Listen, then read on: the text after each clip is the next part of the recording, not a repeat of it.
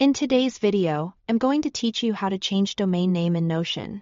If you publish pages to the web with Notion, they live on a Notion-hosted subdomain. Like your name, Notion site.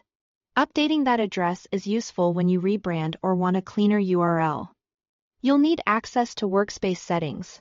I'll show the exact clicks, explain what each option means, and share quick tips so you avoid breaking links.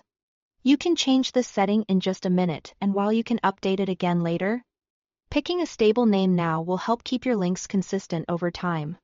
Open your workspace in Notion and look to the left-hand sidebar. Click Settings and Members. This is the control center for members, billing, and how your public pages behave. If you manage multiple workspaces, confirm you are in the right one, because each workspace has its own domain. With the correct workspace selected, keep the Settings and Members window open for the next step. Inside Settings and Members, choose the Settings tab if it isn't already active. Then scroll to the section labeled Public Pages. This area governs how anything you publish to the web is shared, including your Notion subdomain.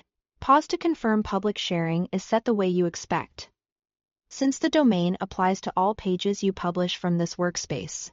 When you see your current domain listed, you are in the right place next to your current domain. Click the three dots, then choose Update. This tells Notion you want to change the subdomain rather than page-level settings. If you don't see Update, you may not have the necessary permissions, so check your role or contact a workspace admin. In the field that appears, type your new desired subdomain. For example, new name, Notion, site. Keep it short, clear, and easy to spell. Notion subdomains usually accept letters, numbers, and hyphens. And the name must be available if it's taken. Try a close variation. When you are satisfied, click Save Changes. Your new URL takes effect immediately, which means any previously shared links will stop working. So plan to update bookmarks, embeds, and places where you've posted the old address.